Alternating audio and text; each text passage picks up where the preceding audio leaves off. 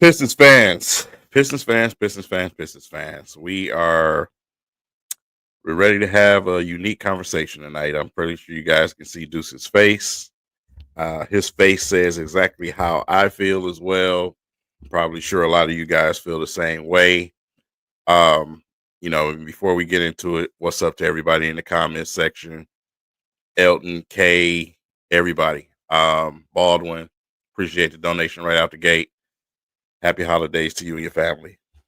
It's about to get ugly in here, though. So we may be saying some things that, might piss some people off, but whatever, Deuce, Bro, I'm tell us supposed to what's be on your singing. mind, man. I'm supposed to be singing John Mason style right now. Detroit basketball. There was no Detroit basketball played in that first quarter. In the beginning of the game. It's so many things we're gonna get to. I wasn't even excited. First of all, what's up to y'all? Like he said, what's up to everybody, man? Appreciate y'all showing up, showing out. I'm just kind of heated right now, so I don't have all my bearings about me right now. Yeah, I couldn't be excited by what was going on at the end of the game. The little comeback at the I didn't care. I didn't care. I didn't care. Yeah, it's great to show fight, but I did not care one bit. And we're gonna get into why. So, King, you wanna let me know what you saw in that first quarter, and I'll kind of just piggyback off whatever it was you saw. Um, If you want, I can go first. I can go first if you like. I have no you go problem going first. first. I'm not gonna say nothing nice, man. So I mean, all right. So okay, so I talk about this all the time. I talk about this all the time. We talk about this all the time, but I talk about this all the time on my page. 4 quarters in slow starts. I feel like a broken record. It feels like deja vu sometimes. Slow starts. We are always the team that gets hit in the mouth. I won't say always, but most of the time, we're the team that gets hit in the face, punched in the mouth first. Quick timeout. How many times have we said that? How many streams have we been on where we've said that, bro? And I'm gonna say this. 3-4 months ago, when the news broke that we had signed Tobias Harris, I, on record, was very happy about that signing. This guy right here. And, I'm a guy, I can take accountability, and I'm going to do it tonight. He is not the guy I thought we were getting. He's not the guy from 2016 when he played here originally. That Tobias Harris is gone. And I understand it was 4 years ago, but I feel like he really has kind of fallen off a cliff a little bit the last year or two. And maybe it's just because he's getting off to a slow start. I don't want to pass judgment because we talked about that too. Midseason form. I'm holding out for that midseason form, but it looks like he's kind of going the other way right now, which is kind of concerning. And I feel like he was a big part of why we lost his game tonight. He was a big part of why we got out to that slow start. He only had 8 points tonight. He didn't give us much of anything. He just did it. I felt like he was out there getting cardio. He was trying, but he was not effective at all. He just wasn't. And at this point, the starting lineup needs to be changed. The starting lineup needs to be changed. We always talk about setting the tone to start the game. The Pistons didn't do that. Once again. And I think a change needs to be made immediately for that reason. Because for the Pistons, all this Cade talk about being an all-star and warranted. But we'll get to what needs to happen in order for him to get there. So I'm going to leave it there, King.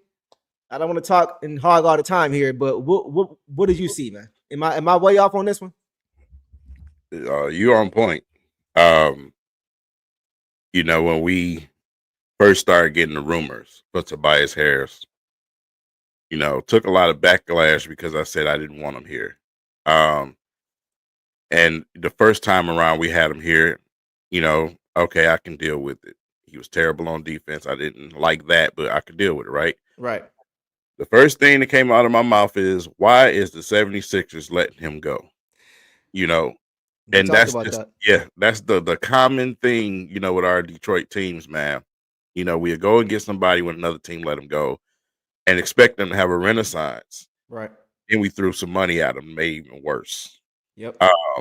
Tobias has not hit a momentum change in 3-pointer since he's been here. He has been murder You saw that too, to right? us. Yes, he's been murder to us when it comes to momentum swinging play. Beasley, total opposite ends of the spectrum. Yeah. Um, Yeah. at Most this important point, signing. right. At this point, we're stuck because until we can get him off the team, you're not going to put him on the bench. Why? Because the NBA is the NBA and he's getting paid money. So you're not going to put him on the bench. You have to really be a stern old school coach to put him on the bench while he's making money. And I just don't know if Bickerstaff is going to do that. That's a great point. That is a great point, bro. And here there's so many layers to what you just said that I had not even thought about until you just said it. So I totally agree with the standard as far as contracts, playing time, how they can be mutually exclusive, right? And what have you talked about as far as a coach that just got here a couple years ago with tradition and how things don't always have to be traditional? We talk about Dan Campbell so often and how much we love him as a coach because he is unorthodox. Biting kneecaps was more than just a phrase. He actually means doing it. He means it. He's different. And how many of us defended him when he went for that fourth down call that wasn't orthodox, traditional, right? And rightfully so. We're 12-2. Coming back to the Pistons. Traditionally, like King said, he would not sit because of that contract. But if that's the kind of coach we like to do things that are not traditional, is it the worst idea in the world to say, F that? I don't care about no contract. It might put my job on the line or whatever, but I'm trying to help these guys win. And this lineup is not the best suited to help this team win. So I'm not trying to throw pressure on JB Bickerstaff and say, you got to do that or you're not a great coach. I'm not saying that at all. But I don't think that's out of the scope of reality that should be considered because of that reason. Because why are we here? What is all this talk we're having about growing as a team, building as a team? He's talked about it. He wants to see this team get better and better month over month. Does that happen if Tobias starts all year? So if he really means that, and maybe that's not the answer, but if he really means that, something needs to change. I think that change is Tobias Harris not starting anymore. Because of that reason, you don't set a tone with Tobias as your starter. You just don't. Not the kind of tone we want to set here as Detroit Pistons fans. Defense first. I think Ron Holland will be a better fit, even though he's as raw as he is. I'm just saying. We saw what he did tonight. We'll get into that later. I would even start Beasley because he makes a difference whether he starts or comes off the bench, but then that makes your bench pretty weak. So it's just like I'm looking at defense. I'm looking at Holland. I'm looking at Ron. So that's just me as far as Tobias, but getting back to the point of, is it really out of the scope of reality that he sits now or is considered to sit? And when I say sit, I mean just not starting. Does he not start just because tradition says not to with contracts? I just want to ask you that question based because you made a good point about how things are traditionally done when it comes to that. This is what we do. Okay. Talk to me. There's a gas station, right? Uh-oh. And it's on 7 Mile, right off of Southfield Freeway. Not where it's at. So it's a mobile gas station, right? And in the middle rack, they have a bag of barbecue Better Made chips. I want you to take those chips, package them along with Tobias Harris and Fontecchio, and get them the fuck off my team. I told you I was with the shits tonight, man. I'm done with Tobias, man. Didn't want him to come here in the first place. Definitely don't want him now. You're pulling my team down. I'd rather Asar Thompson get those minutes that you taking up right now. Simple and plain, because on social media today, I seen LaMelo, throwing alley oops, and I said, man, hey, I think, man, that should be Cade and Nassar. You know what I'm saying? What they do today, that exact thing. You know what I'm saying? I'd rather have him getting minutes right now at that position than Tobias. We don't need Tobias on this team right now because he's not contributing at all. Right. He's not hitting any big time shots. He's not hitting any shots. He's missing layups at the rim. Yes. Yeah. And even early on this season, that's why I kind of say he's going the wrong way. Is at least early on, the scoring wasn't there, but the rebounding was there. At least he was giving, it was a few games early this season where he was giving us 10 plus rebounds. And now that's starting to fall. So it's just like, it's his body betraying him. Because he doesn't look to be anything of what I thought he was going to be. And it's still only 27, 28 games. But just based off what I've seen so far, man, I don't see how he's really helping us right now. Get him out of here while he still has the little value that he has. Should we shut up? Instead of exposing it? You know what I'm saying? Because it's like, bro, at this point, I mean, we already got Jalen Duren going through his own thing down there in the paint. You know what I'm saying? He hasn't been productive at all.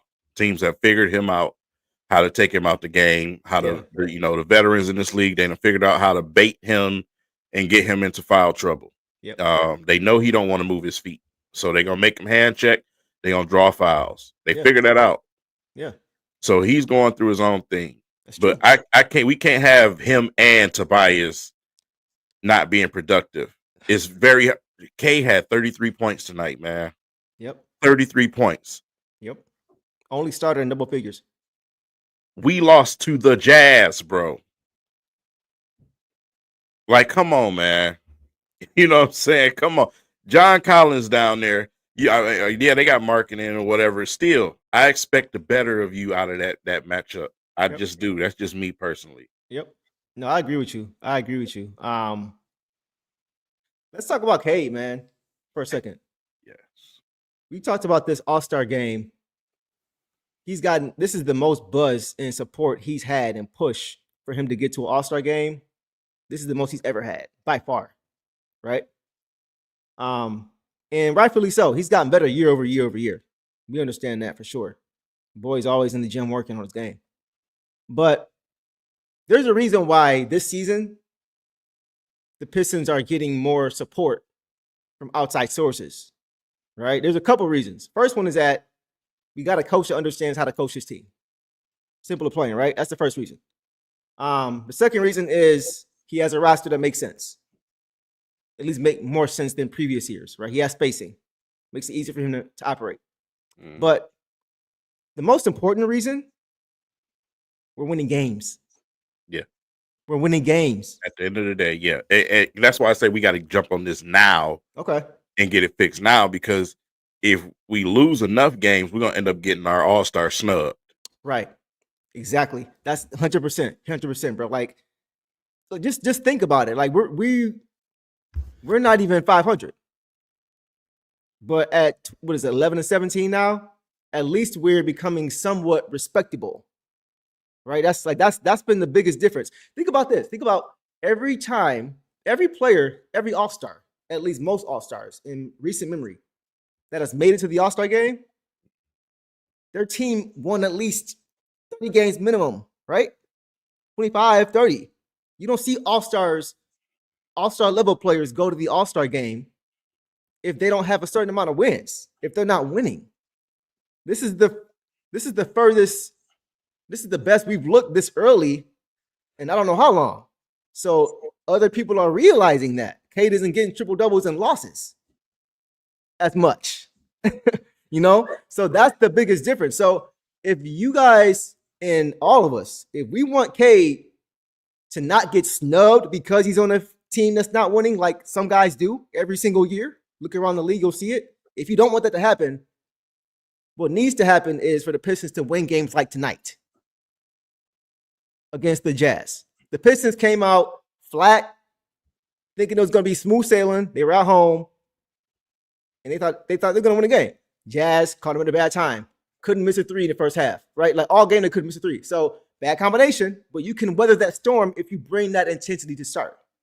You can weather that storm. You win this game tonight if you do that. So these are the games they have to win. They're going to win some games they're not supposed to, but you got to lose. You can't lose the ones you're supposed to win. This was the one you're supposed to win, and they blew it. And they were uphill the rest of the game. It was always like you could see it. Like 4 minutes to go, they're down 11. 3 minutes to go, they're down 9. 2 minutes to go, they're down. Like it was almost felt like it was just too far to reach with the time we had in the clock. And that's why I wasn't happy. I wasn't even excited. It's like, this game's over. They waited too long. So, yeah, go ahead. I miss Stu and Ivy. Man. I do. I really do. Because, we obviously you can use the extra punch from Ivy, but I feel like he probably would have been able to help defend out there as well. Mm-hmm. Use his athleticism. He would have had George locked up. Yeah. And then Stu is, we all know, you know what I'm saying? Probably the only one that's going to get you double-digit rebounds off the bench. Right. Easy. You know what I'm saying? And give you effort to stop something. Yes. You know what I'm saying? So, yeah, those guys were needed tonight.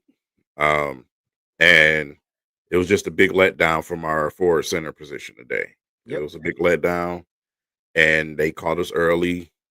That's the results. The rest is history. So, yeah, we really got to figure out what we're going to do with this roster if we Trajan Langdon. You got to figure out what you're going to bring here. Are you going to bring another guy that's going to add more buckets to the basket, but at the same time, you're going to keep suffering on defense or in the paint? You got some obvious bleeds here that you need to get fixed. We can score the basketball. Yeah. Our problem is we can't stop nobody. Yep. You know what I'm saying? It's very selective and it's matchup based. If we play a team with longer guys, we can't stop them. And that's getting very, very annoying. Yeah, because most nights there are longer guys because our power forward is 6'8". Yeah. And he's not Isaiah Stewart, 6'8". He's, you know what I mean? So yeah, that's gonna happen pretty much every night. We're at a disadvantage every night. Right? We have matchups where you can look at the starting five and say, oh yeah, that's a mismatch. That's a mismatch. You know what I mean? Like against us. So it's just like you can't go into the game that way and expect to win. I don't know, bro. Like but you're right. Stu was definitely missed in Jaden's energy.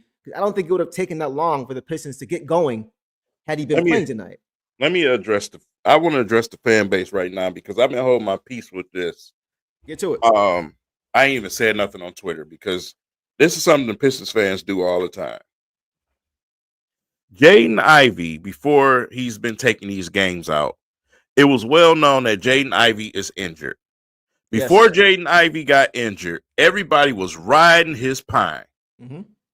All homo, because that's what y'all was doing. Y'all was riding his pine. He gets injured. His play slows down a little bit. Now y'all talking about packaging him up in a deal and sending him up out of here. So now he decides to sit down and heal up instead of playing with the inflammation. Now it's like, oh, no. I'm tired of the fans, bro. Pay attention to your team. Right. Pay attention to your team. Right.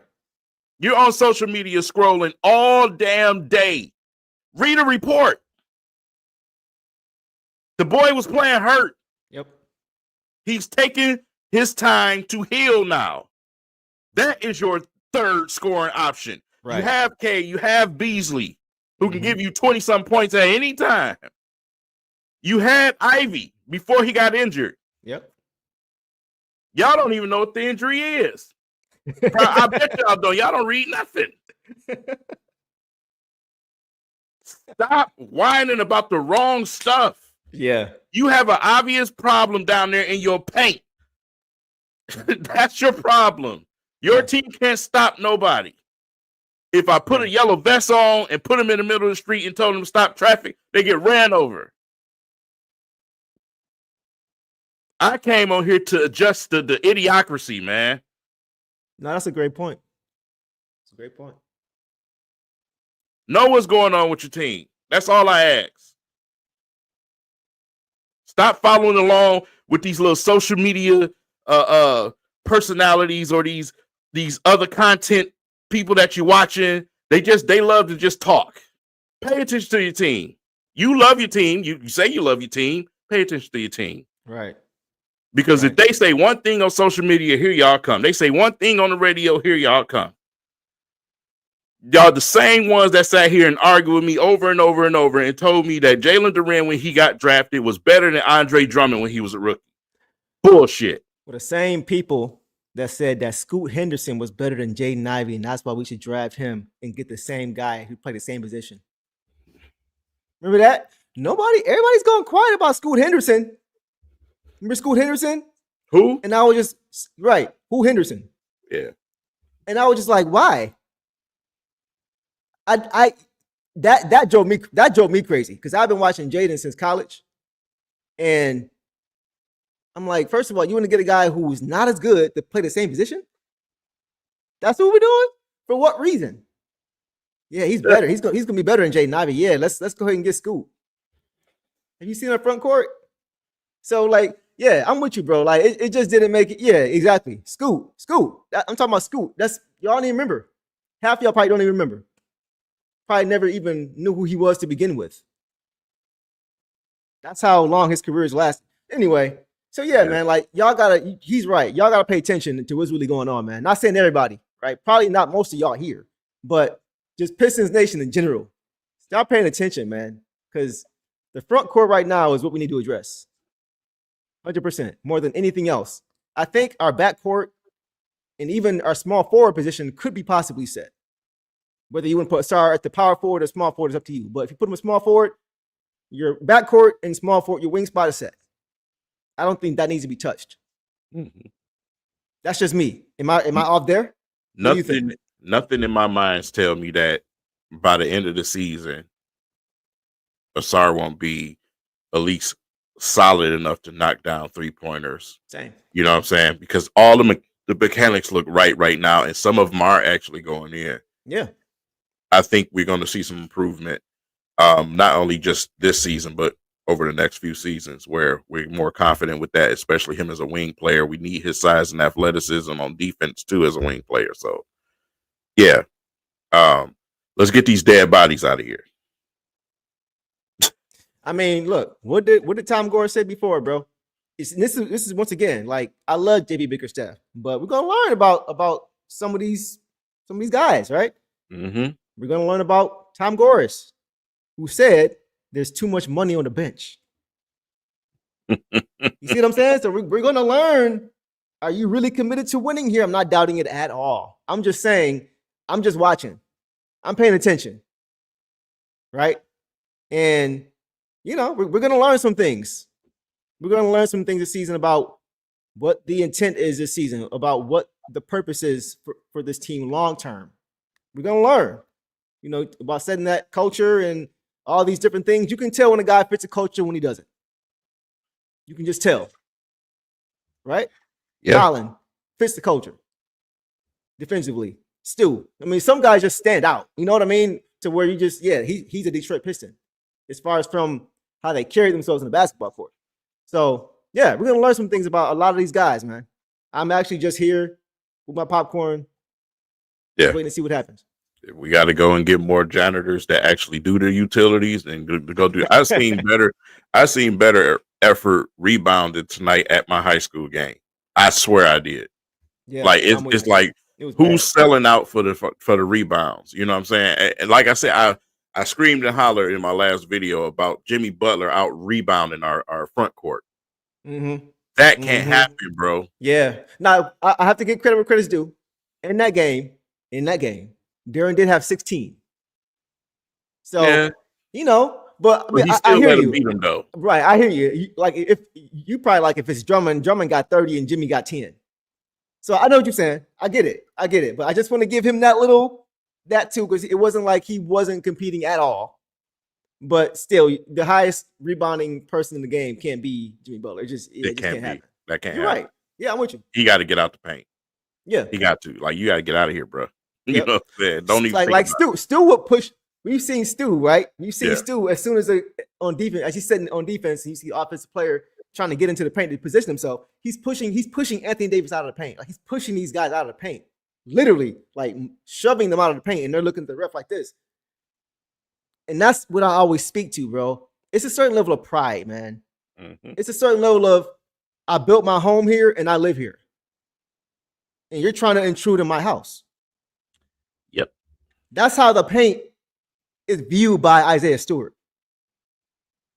You know what I mean? I built my foundation here. This is where I do my work. You're in my office.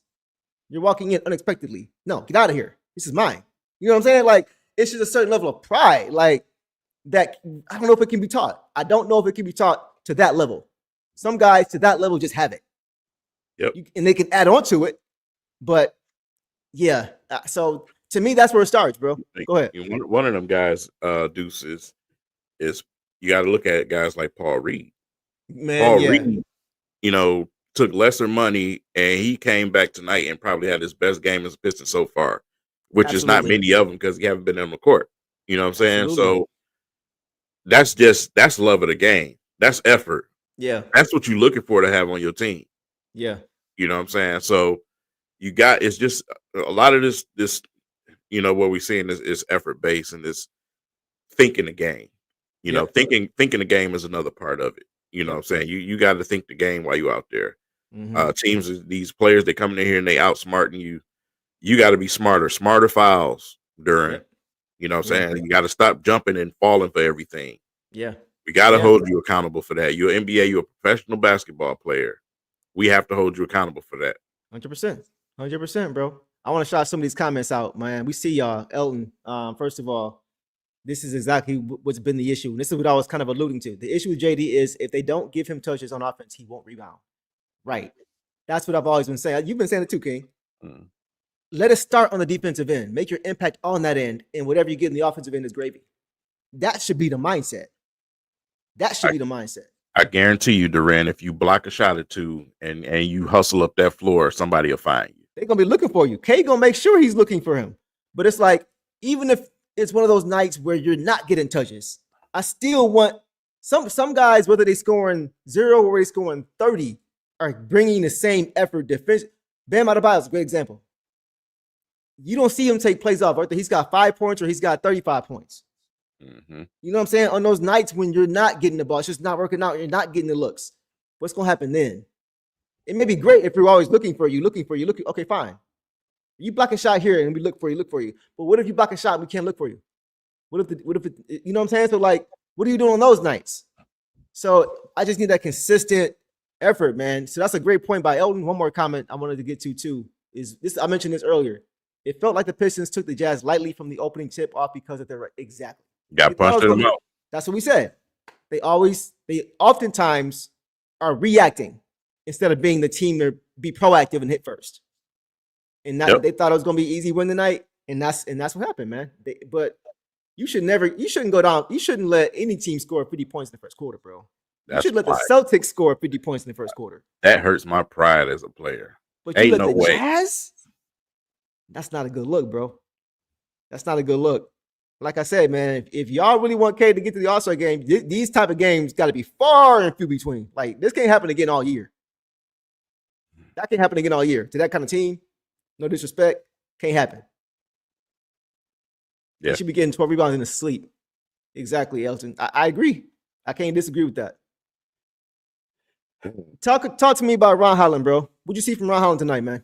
First of all, a lot to pick apart. Ron Holland, he gets my real award. Let's just say real award. Of course, we're not gonna say the other word. Yeah, ninja. Listen, he's always ready to go. You know what I'm saying? Always ready to go. He say, look, don't worry about it. I'm gonna step in here. I deal with Clark. First of all, I don't like Clark. I cannot stand Clark. His woman beating behind. I cannot stand Jordan Clarkson. Yeah, Clarkson. Oh yeah. Okay. I cannot stand him, bro. He thinks he's the toughest dude in the league, man. He's been doing that forever, bro. Holland went out there and squared up with this dude. I could have sworn I was on Joy Road somewhere. Right. Squared up with the dude. I'm like, this is definitely our Draymond Green, man. Yeah. Between him and Stu, it's like, man, we got some guys that's going to protect us. Yeah, we got some guys that's going to protect us, man. You know what I'm saying? Like, listen, hey, I'll take a few games off. You go sit down. I got it. Yes, exactly. You know and you know what I love, bro, about Ron? He just goes sniffing for smoke, bro. He's just looking for it. He's looking for it because that had nothing to do with him. That whole play had nothing to do with him. But that's why I love him, bro, because this is the second time now with the second teammate where I've seen him come to their defense immediately. First game of the season, Indiana Pacers. You and I was there. What did we see? We saw Ben Mathurin trying to reignite the rivalry, whatever you want to call it, the y'all yakking with Jaden. Yeah. Guess who said, no, that ain't going down, bro. I'm guarding him the rest of the game. I'm hounding him the rest of the game. I'm clapping in his face after I make him turn it over. Because that's what he did. Yeah. Had nothing to do with him. But he's like, no, what happened tonight is what happened then. So as soon as I saw him start making his way over to where Clarkson was, I already knew. I was like, here you go. I saw him coming. I saw it coming, bro. Yeah.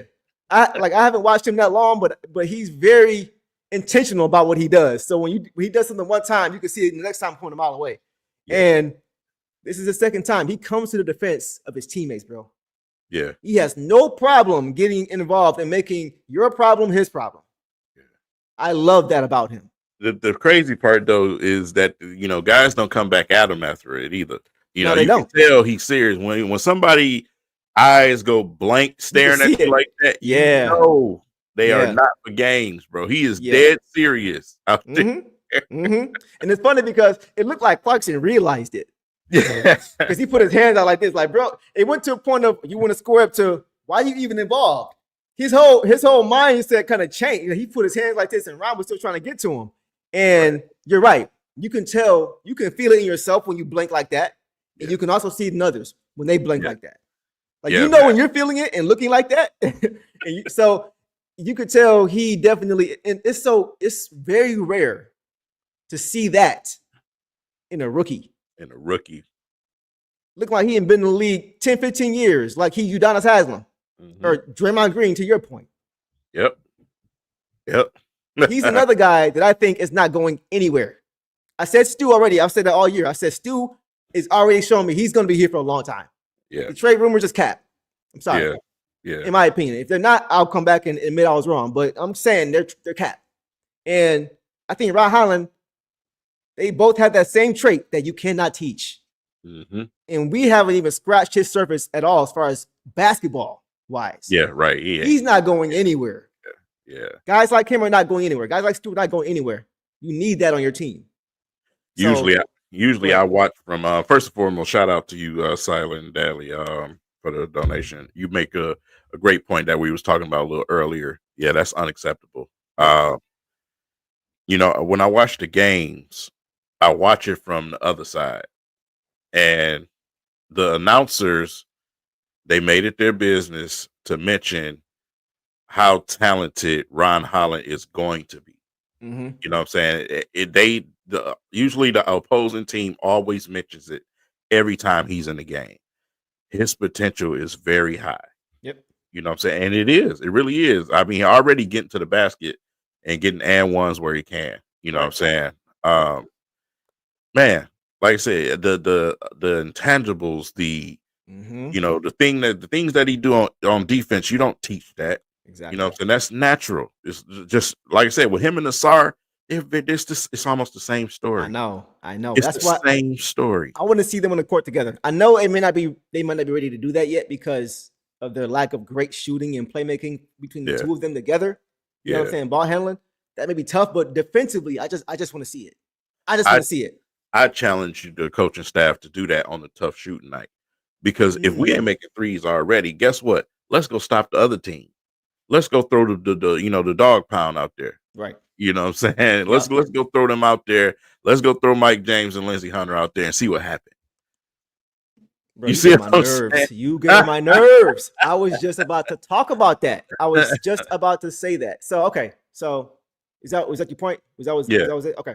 So y'all saw it. If you watched the game, you saw it. It was back-to-back plays in the fourth quarter when they're making a comeback. I think it was Cade and Asar, where they turned the Jazz over on back-to-back plays, right? And the crowd went crazy. That reminded me, taking back in time, 2004 playoffs against Milwaukee Bucks, game 1 of the first round. In that game, the Pistons did the exact same thing. What King just mentioned, Mike James, Lindsey Hunter, turned them over on 3 straight possessions. The third one they called a foul. You have Ben playing safety, and Lindsey and Mike James were double teaming. Yep. That was what they were doing over and over and over again, and then the offense couldn't figure it out. I saw that tonight, and that's one of the reasons why I say Ron isn't going anywhere, because he has the ability to be able to do that. That's why I want to see him in Asar. Imagine that. Those two guys together, as long and laterally quick and fast as they are. Right. You know what I'm saying? That would be scary. So 100%. I just wanted to throw it out there because I'm watching that play, and that was with Cade, who's still a good defender, but athletically, they're just otherworldly. You know what I'm saying? So but even with Cade, you could see that they were able to do that. So I hadn't seen that kind of sequence in a long time, but it reminded me of what it felt like to know your team is heading in the right direction. Yeah, man. And like I said, when the other night I was watching one of the games. I forgot who that was against. And he had mentioned, and he said he knew it was a problem. When other fan bases and media know it's a problem, it's a problem. It's something I say all the time. And his exact words was, I hope they keep this core together long enough to find out exactly what they can become. Right. I'm one of the people that still stand on that hill when we had that team with Tobias, Pope, Morris, and all those guys, to see how far it could have went if we would have stuck around a little bit longer. Yep. You cannot build a good basketball team if you keep flipping it over every 2 years. It doesn't work that way. Right. Give your core some time to play and to develop, together. That's when I see foolish stuff with Jay Knivey's name in it and stuff like that. Yeah. It annoys me. Yeah. Let them play. We're just getting this with Asar and Cade, and you know what I'm saying? We need to let this go on for a little while. But move the dead bodies. Right. Like Tobias. Get them out of here. You know what I'm saying? Move the dead bodies. And bring more bodies in here that's going to help them gel and glue a little bit faster. Yep. Somebody's going to help them when they work hard on defense and get those turnovers. When you get a fast break up the court and pop it to somebody at the 3-point line, get somebody that's going to knock it down. Yeah. Because Tobias, I don't know what he be doing, bro. Man, it's been so many this year where it's just like we're one shot away from them calling a timeout. Yes. You know what I'm saying? That's the shot. We need the guy that's going to consistently make that shot. We know Beasley can do it, but he's already taken double-digit threes a game. You know what I'm saying? So we need, to your point, we need the guy that's going to make that shot, that's going to make them call timeouts, that's going to make us watch these irritating commercials. You know what I'm saying? That's what we need. So, it's so many times this year when that shot has just not gone down, and it's just killed the momentum because right after that they would come down. It seemed like they would come down and they would score. So bro, JD's not demanding that much money. I'm cool playing. He's not demanding $100 million, bro. No. We're far away from that. What would you think is a good number for him at this point? Based off of his performance around the league. Okay. For what he gives you, what he gives the team. That's where the good number is for me. Yeah. Not on potential. Yeah. I'm done with the potential thing. Yeah. Do something. You know what I'm saying? The only player I was willing to pay on potential of what he was becoming, obviously, was Cade, because we know what he is. Yeah, that's not even really potential to me. We already seeing. Yeah, This ain't. But to me, this is not even close to what I still think Cade still got a No, lot. not at all. Not at all. I'm he just can saying, improve like, on. I feel like with potential, sometimes people are like unsure, but they think they can get there. For me, it's like I'm Yeah, sure about Cade. I'm just waiting for it to continue to happen. We've already seen right. it, but yeah, I'm with you. Yeah, With him, it's just like, man, hey, for what you give us as a team, that's what my contract gonna look like for you. yeah, If you don't like it, tough titty. So yeah. No, I'm with you. Go ahead. it's just what it is. Like I said, man, we got to get somebody in here that's gonna help. Mm-hmm. We just have to, man. I'm never happy to see somebody get injured, but when Brandon Ingram got injured, that kind of silenced a little bit of the Brandon Ingram thing. Remember that I sent you that text right after we Yep. had that stream about why I didn't want him here, Yep. and he got hurt right after that. He's Right another after one. that. He's another one of them ordeals where Trying to I tell keep y'all, saying, man. stay away from it. Just stay away from it. We don't need Blake Griffin Part 2. Yes, we You know trying what to I'm tell saying? y'all. Listen to the warnings this time around, bro. Just don't stay healthy. He just Yes. doesn't. You know what I'm Yes. saying? His bones are fragile. He smokes too much marijuana.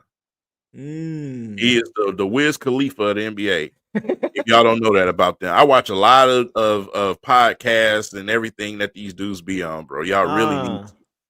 You know what I'm saying? Yeah. So Hey, peep that's just what game. it is. Peep That's just game. what it is. Question I for you, don't. King. Yeah. Oh, go ahead. Finish. No, I'm done. Okay. Got some good comments in this section. I want to start to get a little bit more of that same junkyard dog mentality, Jerome Williams style that Holland has. He's got some, but man, if he had a little bit more, how you feel about that? Do you feel like, you know what? I agree, Ryan, because tonight, had Stu been playing, Asar did something that was a cardinal sin.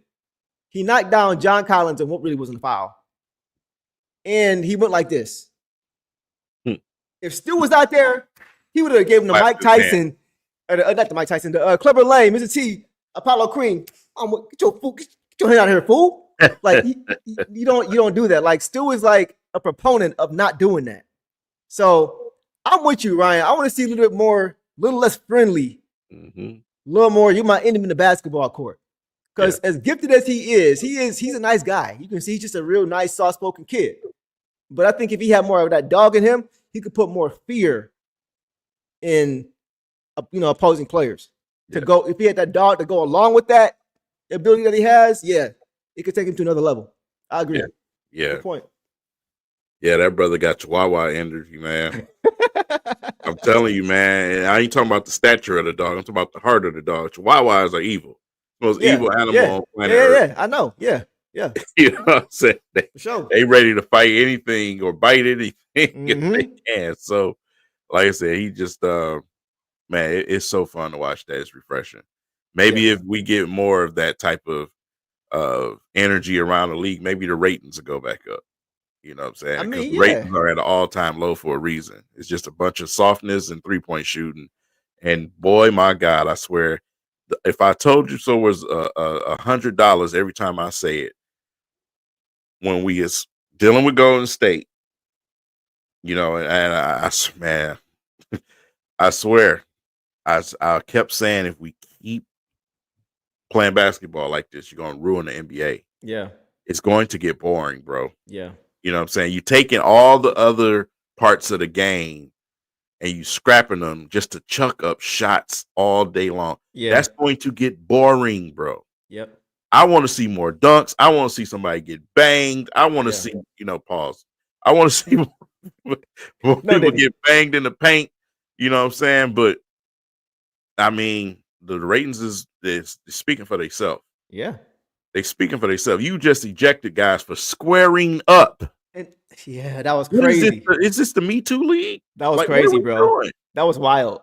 I've never seen that before. When I heard them make the announcement as to why, I thought it was gonna be double take, and that's it. Squaring up, bro. When he said that, I was like, "That's the rule now." I didn't even realize. When did that happen? I mean, I understand. I even tweeted about that. Like, I don't encourage fighting like that, but I like the dog. But come on, man! Like, they didn't even touch each other. They didn't even do anything. No, did he? Adam Silver, NBA. This is the reason why you will always and continuously chase the NFL when it comes to revenue and ratings. You will always chase them because you're destroying your own basketball game, bro. You really are. These are grown men out here. Two men squared up, and you kicked them out the game. That's wild. That's wild. Like, come on, bro. I don't know what the NBA wants, bro. Like, they've changed the league over the years to make it more offensive. And now they're like, what are you doing? And now you got people complaining about it's like, I just don't understand what they're doing. Go ahead. You know why the overseas leagues don't get so much buzz?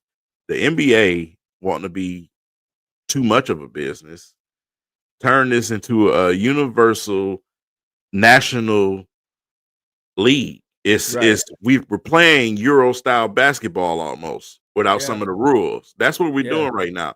And that's why it's boring. You know what I'm saying? That's why you changed your league. You don't take the roots from the tree, man. Right. And try to expand the tree. Right. You got to keep the roots, man. So that's what's going on. The fans have spoken. The fans have spoken. They've turned their TV off and done something else. Yes. Literally. I mean, people are watching House of Highlights YouTube channel more now than ever. Yes. Because they don't want to watch the whole game. Yep. They want to see what happened. They want to see a few clips of what happened. Guess what they doing? Oh, such and such had this today. Huh. Interesting. Yep. That's what they're doing tonight. They don't care. It's no entertainment. They don't care about the NBA experience. You know what I'm saying? Because there really isn't one like how it used to be. You don't hold your star players accountable no more. Yeah. They people pay money to come out and see them play. They don't play. Yeah. You know what I'm saying? They find little ways not to play. They don't participate in nothing. Yeah. You see what I'm saying? Look at the All-Star Weekend. That is the biggest farce on planet Earth. Man.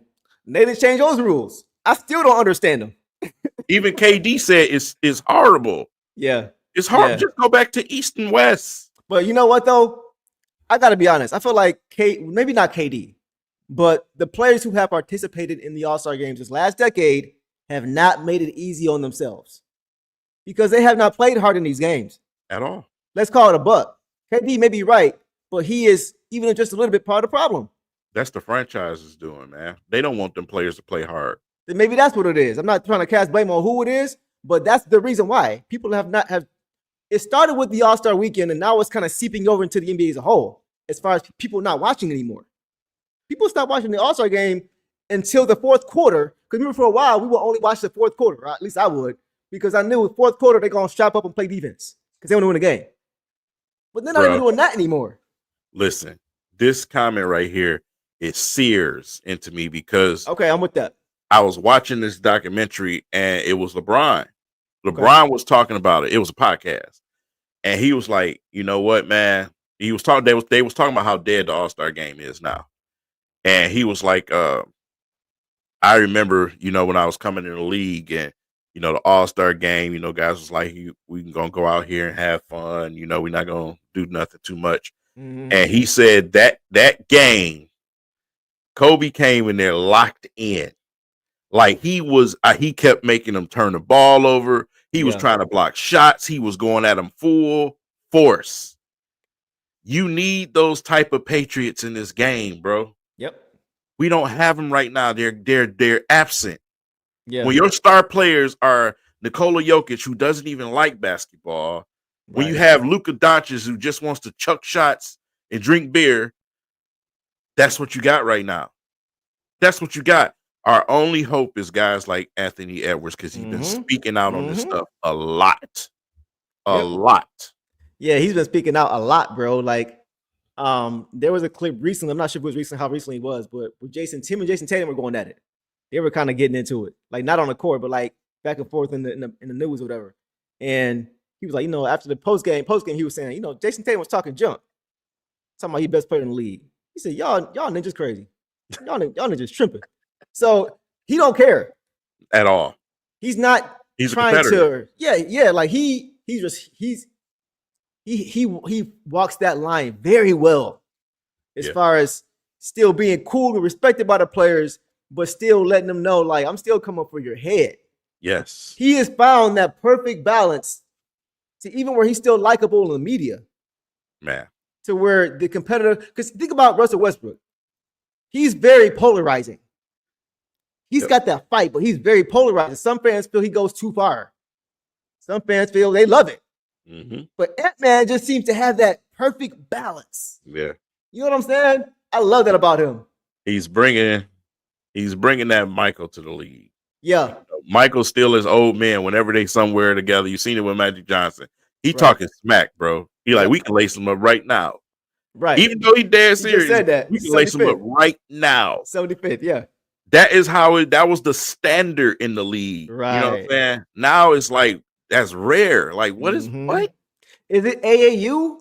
Everybody Is it that everybody friends. knows each other? Right. And everybody Yeah. is cool. Is that what it is? Like, do I you don't think know, that's bro. that's a big part of it? Should the don't know. NBA get away from that? Because I mean, is that the development? I think it's solid as far as a basketball standpoint, a technical standpoint, but as far as a mindset, it's really hurting the game. I believe personally, I feel like it's really hurting the game as far as the mindset of your opponent. Mm-hmm. That's why I said the other night. Yeah. I had the other night when I had made that video. That's why I said, I expect these numbers and stuff from Cade, but I feel like he's too nice. Like tonight, he went at them dudes. Yeah, this year he's been a little different. Yeah, he's been a little bit different. Yeah. But I want to see the mental game start to be played with these guys. You know what I'm saying? When I dunk on you and let you know about it, you know what I'm saying? Or you're not going to score on the other end. I'm going to take the ball and I'm going to score again. You know what I'm saying? Right. I want to kill you every single play. Yep. Every play. And that for every player on our team, that needs to be the mentality. Because the one player on our team that has that mentality, Malik Beasley. Mm-hmm. He's shimmying in your bench face. Right. He's shimmying. He's talking smack to you the whole time. He has that, bro. Mm-hmm. That needs to be the mentality. If you leave me 2 inches open, I'm killing you. Yeah. Flat out. And you don't have to ask me to kill you. I'm coming to do it. Yep. That's all I want to do. Yeah. That's where we got to get back to.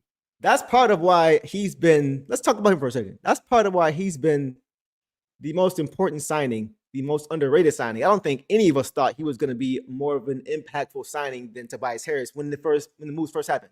Maybe you did. Maybe you knew more than I did. Maybe you watched Tobias when he was with Philly. Maybe. If so, kudos to you. But personally, I thought Tobias was going to be more impactful player on and off the court. And it's been Beasley. He's been a pleasant surprise, man. And I think part of what you mentioned, as far as bringing that fearlessness, bringing that I don't care what you think mindset, bringing that swag to this team, right?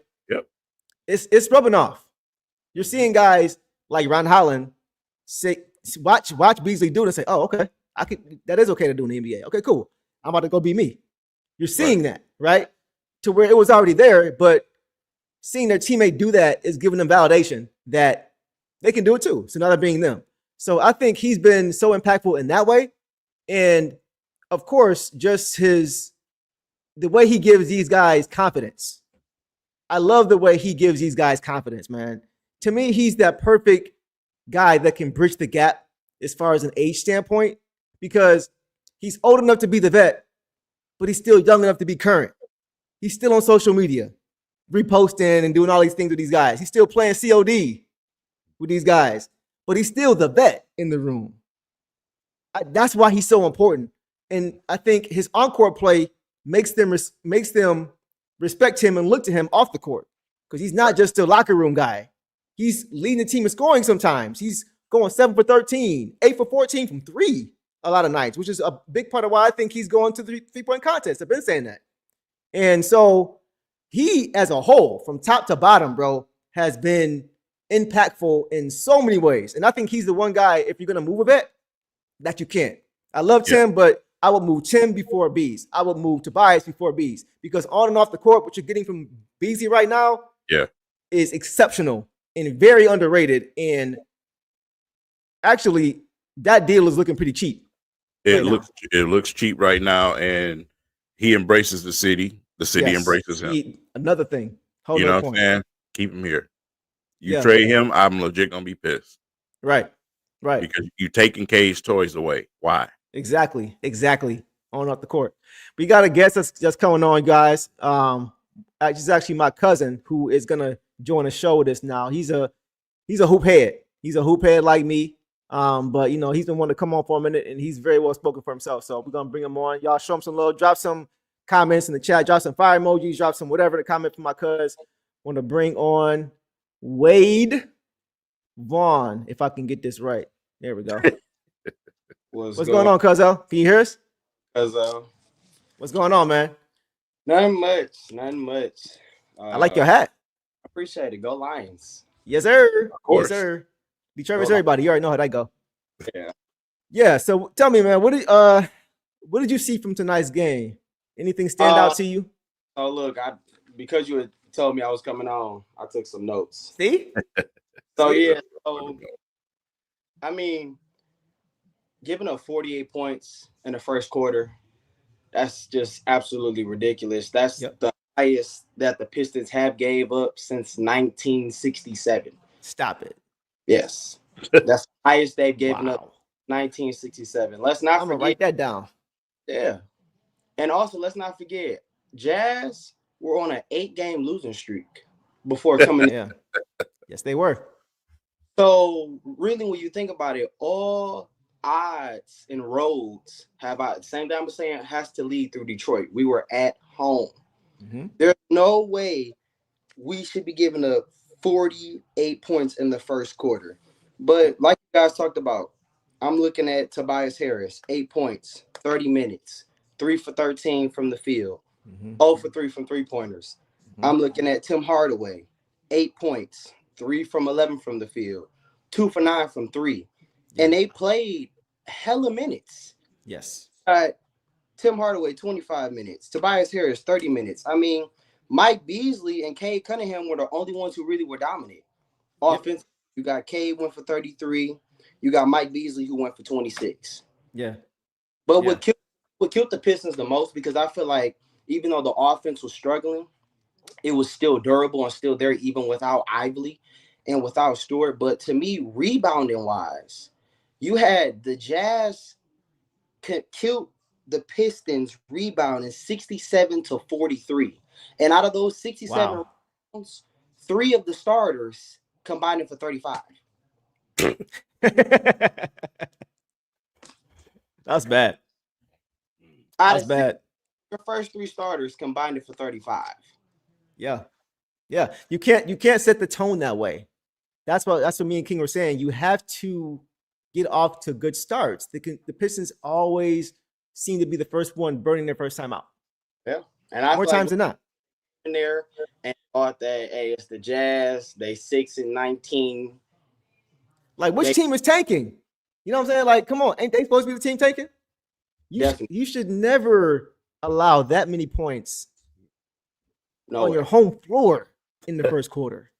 No way. And then the runs. First quarter, they went on a 12-14 run. Second quarter, they go on a 12-2 run. Then you finally see Detroit come third quarter. They go on the 10-2 run, 8-0 run. You know, then with a minute and 45 seconds left in the fourth quarter, they cut the lead to within 6. So you see the momentum, like, okay, Detroit, you're finally getting it. You're finally coming along, and then they just tank again. Yep. Yeah. 4 quarters, 48 minutes. How many games have we seen that were L's because we played 36? In that first quarter or that fourth quarter, we just fell apart. Yeah. Right? It's happened a lot. I mean, it's what happens with young teams, though. That inconsistency is what happens. I said it way before the season started. This is gonna be a season of fun, excitement, and heartache. Because growing pains, they are inevitable. And part of those growing pains are understanding and making sure that you're disciplined enough to be locked in the entire game. Scoreboard is not a thing. It doesn't matter. Right? When you start scoreboard watching, you saw the Jazz do it tonight when they were up 48-19. And as soon as Cade came back into the game, they made a 5 or 7 run. Timeout. The Utah Jazz started scoreboard watching. So, like, smart, disciplined teams don't do that. They don't scoreboard watch. They just play basketball. Listen, man, since the beginning of the season, in the beginning of the season, we thought this team was building towards having an identity. Mm-hmm. We don't have one again because they are too inconsistent, bro. We thought they would have a defensive mentality. It's too inconsistent, to go with that. You got to have an identity. You have to do at least one thing every single time you're on the court. Right. That one thing, we still don't know what that is. Because either we can't close games, either we're not rebounding, we turn the ball over 29 times.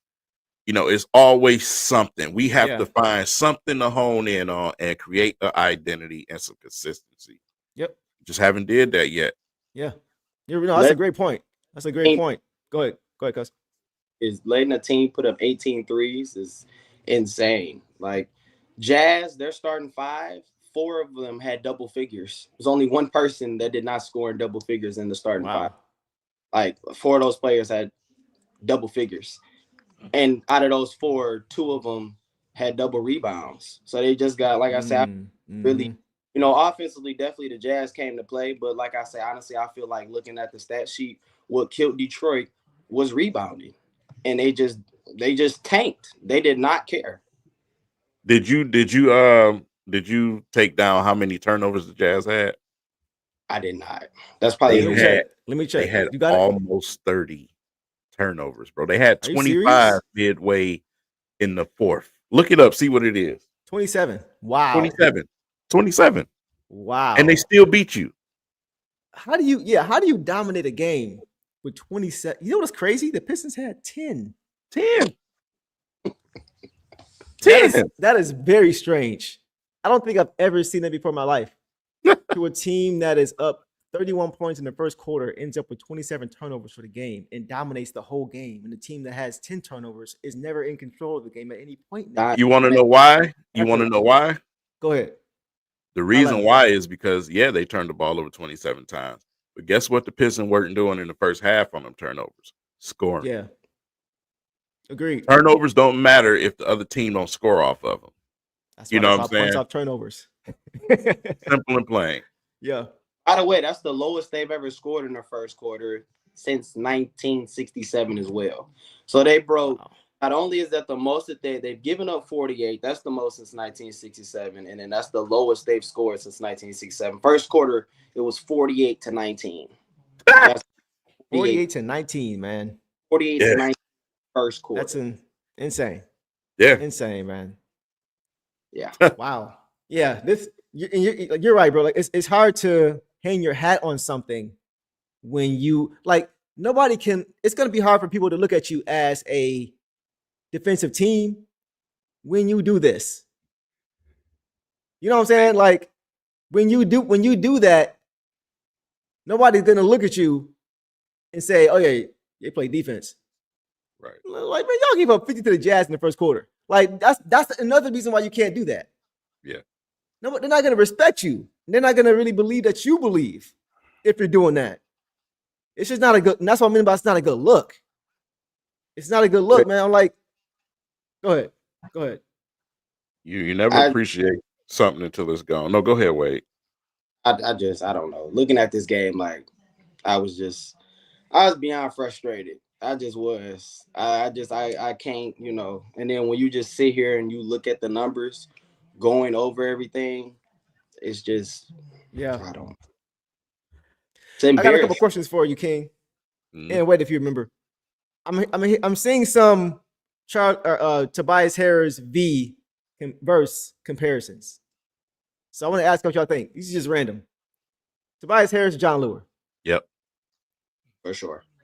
Tobias Harris or John Lure. I'm saying, like, which one? Who would I take? Yeah. I'm still taking Tobias. John Lure was just terrible. But, but comparison, sure. Yes. Absolutely. Just bad contract. Josh Smith. I got another one for you that somebody said. I agree with you, by the way. That was actually just a joke with John Lure. I'm not going to do that to Tobias. For real. Tobias Harris or Charlie V when he was here? I'll take Charlie. More consistent. At least running down on a fast break, Charlie can knock the 3 down. Mm-hmm. He was a statue on defense, but what is Tobias? What is Tobias doing for us? Like, I get the whole thing, but like, he was I believe he didn't even make his free throws, if I'm not mistaken. Tobias didn't even. So at this point, what are you doing for us? Right. Like What are you providing? I'm not expecting. It's stars and then there's role players. I feel like Tobias isn't capable of being either one of those. So where are you going to come and fit in this organization and build this team back to what it once was? Let's not forget the Pistons were the team to beat. This was the organization that was no joke. Mm-hmm. And I feel like year after year, we continue to get our hopes up and we get the wrong people in our system. Yeah. One more for y'all. Nothing for Philadelphia when he was over there. He did absolutely nothing. I know. I got one more for y'all. Tobias or Anthony Tolliver? Man, heck yeah, I'm taking Anthony Tolliver. Even though he fell on the floor every play, I'm taking Anthony Tolliver, bro. This man cleaned our floors the entire time he was here, falling and tripping all over his damn self. But I'm taking Anthony Tolliver, knocking them shots. I will take Moose Monroe over Tobias right now. I ain't doing that, bro. At least look. At least he can pass and score. At least he a rebound. He get you a bucket. That's what we need. You know what? 8 points in 30 again. I might have to roll with you, bro, on that one. Yeah. And we just having fun at this point, y'all. But I mean, he had a low ceiling, but he was pretty close to that ceiling. At least he had some post move. At least he can score a layup. Yeah. He's playing Zach Randolph. Missing layups tonight. Yeah. That wasn't a good look either, man. It was one play where he was right. He was the only one under the rim. Only one under the hoop. I think Beasley missed it. He had an easy offensive rebound. And it was one of those boards where he was far enough away from it to know he should just come down with it and go back up, but possibly close enough to try to dunk it at the same time. And guess what he did? Neither. He tried to dunk it and missed it. And the rebound, and then went out of bounds. So, and I saw it happening. I'm like, he's not athletic enough to go dunk that, but he's about to try. I saw it. And that's what happened. So we're not trying to just rag Tobias. It's just frustrating because we know the glaring issue right now is a front court. Yeah. Like it has to be addressed immediately from a production standpoint and mindset standpoint of who we are, identity wise. Hey, go get me Sekou Doumbouya. Sekou. At least he can capitalize on the fast break. Yeah, he gonna dunk on people. That's what he like to do. Yeah, that's tough, man. But yeah, overall, this was a tough game to watch, man. Shout out to everybody who watched the whole game, because half of y'all probably dipped out after the first few minutes of the first quarter, and I understand why. I get it. I watched the whole game because I have to, because I gotta do this, right? Well, I don't have to, but I do this with y'all. We do this with y'all. So, but other than that, man, this was a very disappointing game because now it's like, where do you go from here as far as building that culture? You just gave up 50 to the Utah Jazz. You know what I'm saying? Like, and you can throw it away, but nah, man, you can't throw this away. You can't just scrape, slate, whatever, wipe the slate clean and start up. No, like this is one of those games where you gotta live with this. You gotta live with this. We gotta let this marinate. Yes, it has to marinate, 100%. Let this marinate. Yeah. Wow. Any other thoughts, King? Nothing, man. Wait. The only thing keep replaying in my mind is at the end of the game when they put the camera on Cade. He looked like he was so ready to go. He couldn't get out there fast enough. And yeah, bro, he was doing everything he could, bro. He did everything he could, bro. Every time he went into the game, they were calling timeout. Yep. Every time he left the game, we were calling timeout. It was just tough, man. He was doing his thing, man. 33 again, right? 33 and 8, I think. Tonight, 3 points. 4 blocks. Cade had 4. Let me check his stat line real quick. More than our front court. Wow. 33 points, 4 boards, 7 assists, 4 turnovers. That's not even bad, man. 4 blocks, like you said. 1 steal, 13 for 23 from the field. Come on, man. Like, this is all-star stuff. This is 100% all-star stuff that he's giving us. And now you're seeing every time he comes into the game now, we look like we're at least like he's helping us. Every time he comes into the game, it's like, man, we can only sit this guy for a few more minutes he's becoming one of those guys where it's like we can't keep him out too long. We need him on the court every night. He's showing that when he comes to the game, he makes us better immediately now. And I love to see that because he's starting to find his place on this team as a leader. So yeah, man, I'm really, if that's the bright spot, other than Ron Holland squaring up and being fearless, and Paul Reed, I think is that he's just continuing to show that he's the guy. You know, he's the guy. So I'm excited for him, but the Pistons need to keep winning if they don't want him to get snubbed for this All-Star game, because losing teams have All-Star snubs, right? They have All-Star talent and they have All-Star snubs. Jordan Poole will never go to an All-Star game because he's on the team that doesn't want to be that team. Right. Right? So that's just an example. So Cade and his team, they have to win games. They can't lose games like this game again this season. Not like this. Can't happen. That's all I got. I agree 1,000% with everything you said. Yep. I got nothing else left. Yeah, I did the clip, bro. That was the last round. But Wade came through with the facts tonight, man. It's good to have you on, man. I appreciate you guys having me. I've been watching y'all. I love the content. You know, I appreciate you. I had to come with something for my first go around. So I appreciate the notes and everything, bro. He didn't even have it in his phone. He had the actual notepad. I love it. Hey man, that's how I roll. I write everything in a notepad. Yeah, I like to be factual when I speak. So it was painful writing it though, because I couldn't believe I'm writing carpal tunnel. Dad, and I good about the city of Detroit, and I'm from Detroit, so it's just not. Yeah, we still got the Lions. You good? Yeah, we to blow out the Bears.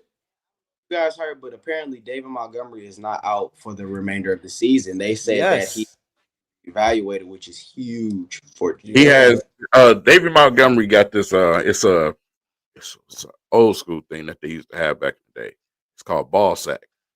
He's not finna sit out, over a little MCL situation.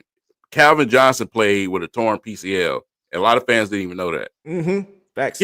Bro, if you can play, get your ass out there. Yeah. You know what I'm saying? And you got a chance to make it to the Super Bowl this year. Man, I'm going. Mm-hmm. What you gonna do? What? Make the MCL worse? It is what it is. At that point, know what I'm saying? Either you're gonna get surgery or you're not. Yep. Yeah. That's facts. I agree. Y'all still going crazy in the chat, man. Man, I've been looking. I heard somebody say I look like a young Tobias Harris. Yeah, somebody. Hey, Devin. Yeah, Devin. That's our dog. That's our dog. But Devin calls you a young Tobias. So wait, do you think? Are you saying, Devin? You saying that he looked like a young J. Cole? Is that what you're saying? Yeah, we look a little J. Cole, because Tobias J. Cole is like brothers pretty much. Wait. You talking about who? Jermaine? Yeah. Jermaine Cole. Yes. Okay, I had to make sure. Right. Yeah, I got you. You stupid. RC word. Yeah. One more. Tobias, come on, man. He's better than Rodney White. Come on, Marvin. Okay, Marvin, you being silly. Rodney White. Yeah, y'all bring Rodney White was terrible. Out the webs, man. Y'all. Man, I ain't seen him since game 4 of whichever season he got drafted. Yeah. Y'all on here talking about DeJuan Summers. Right, DeJuan Summers stand. Oh, that's a good one. You know what? I think we already have enough Stanleys on this team. Yeah. For real. We have a star who's not as strong as Stanley, but we have a star. And we got Ron. I think those are our Stanley Johnsons. At least Stanley can stop somebody. It's better than Stanley Johnson, but I think those, right, exactly. Yeah, he can stop somebody for sure. It's a good point. I remember he used to stop LeBron. I don't. We're not going there. I don't. All right, man. I don't. Don't remember that. I don't either. Yeah. No. King is the LeBron hater. Yeah, I remember LeBron James in the press conference that's Stanley Johnson, the dog, man. I remember he that. Definitely, He ain't stopping, but he was getting on his nerves.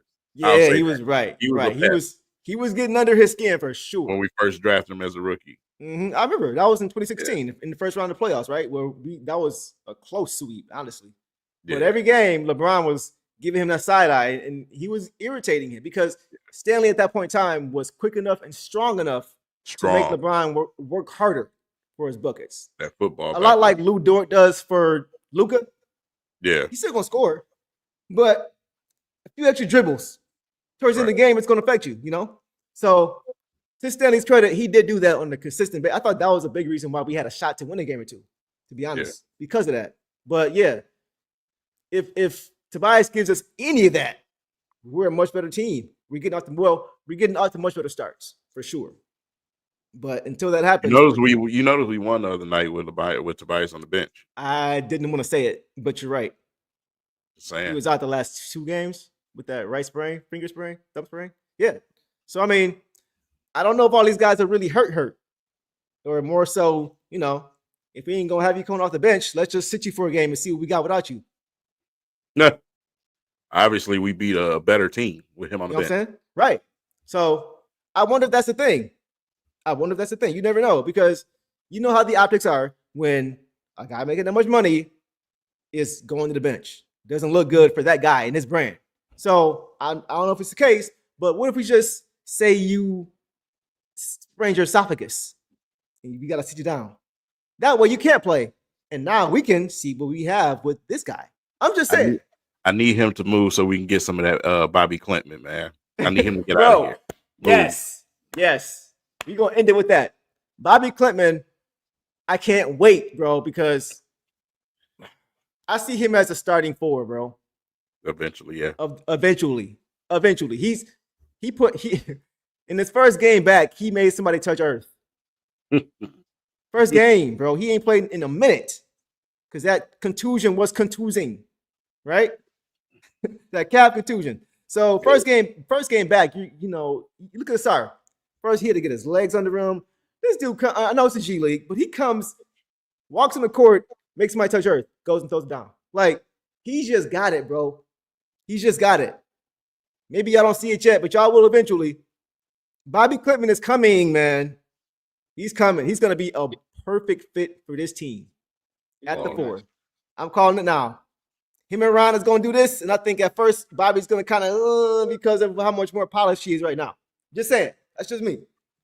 But my starting 5 going forward is Cade, Jaden, Asar, Bobby Clinton, and for now, I want to say Stu, but JD's probably going to start for now. But Stu would probably be the best fit with those guys. That would be that's a defensive, versatile basketball team. That's what I want to see. Me personally. Yep. We'll end it there, y'all. Marvin, Christian Wood, for sure. We'll end it there. Hey, Marvin, how many of these you got? Jerebko. He literally scrolling his phone right now. Just looking at everybody. Just man. Corliss for sure. That's a tough one. I'll probably say Tobias. Come on, man. Come on. Y'all get out of hand now. We gonna end it there. Appreciate y'all showing up and showing out, man. This was fun. And y'all made it fun with y'all jokes and everything, because when this first started, it was not fun at all. It wasn't. King, any last words from you, bro? Bye, Tobias. I co-sign. Bye, Tobias. You co-sign? Okay. I'm trying to be nice, man. Like, well, you know. I'm done being nice. You done being nice. Because I like him. I like Tobias. As a person, cool dude. Yeah. Right now, but I mean, for our team, I'm with y'all. Just like I'm holding to that onside kick with 12 minutes left on the clock and 3 timeouts, I am holding to the same way. I'm sorry. I got to differentiate with that one, but it is. Oh, yeah. King, you got a different whole mindset with that. Yeah. We'll say that for another. I mean, your defense is, bro. I mean, obviously you didn't have a defense, so you got to try something. I mean, first of all, at that point, nobody's stopping Josh Allen in the league anyway. If you didn't if you didn't get the freak play where he actually caught the onside and ran it back, nobody would be saying nothing right now. And that's what Dan Cable said. Just down. That's 2020. Yeah. I can think he was down, but 10 points with 12. The only way you're gonna flip that score is if you find some type of way to get the ball back and score. We weren't stopping them at all. Every single drive they were scoring, we were not stopping them. So you got to try something, because you have 0 pass rush. You couldn't contain them. Then the players you lost at that point of the game, Right. We're down 10 points. We're down 10 players. Like, you know what I'm saying? Like, at some point, you gotta make a move because we were just trading touchdowns at that point. We were scoring, but we couldn't stop them. Nobody in the league can stop Josh Allen. First of all, nobody. That offense is If just we too don't good. come out and have those slow starts to the series that we've been having for previous games that I've been mentioning, it's different. It's different conversation because you That's not true. only did it once this game, you did it twice. In the second half, it took you a while to get going too. But once we got going, we got going. You can't have slow starts against MVP talent caliber guys. You got to come out swinging. Yeah. Yeah. So we talk about, regardless of the sport, we talk about slow starts and the importance of getting off to good starts. Right. 48 points worth of them. Right. 100%. So we gonna end it there, y'all. Give y'all a little taste of that Lions, a little bit, but King got a whole channel dedicated to that. So or a whole section for that. So I'll let him handle that. That's his thing. But Wade, appreciate your insights, cuz always good to talk to you and have you on. We're gonna have to have you on again soon because you might have to be our Sham Sharani over here, man. You know what I'm saying? We are Shams. Yeah. Plus, he look better than you, Deuce. Well, yeah, he does. Yeah, he does. Yeah. Like when it comes to family, I have no problem like admitting that. But you, on the other hand, we ain't blood, so I'm gonna just stick to calling you T Grizzly and leaving it at that.